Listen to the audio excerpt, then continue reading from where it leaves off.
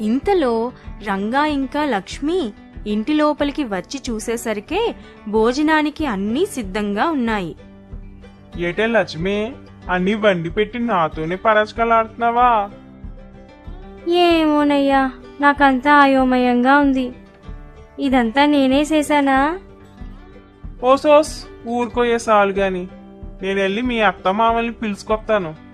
ఆ సరే. పాపం లక్ష్మికి ఏం అర్థం కాక అక్కడే వండిన వంటల వైపు చూస్తూ కూర్చుంది.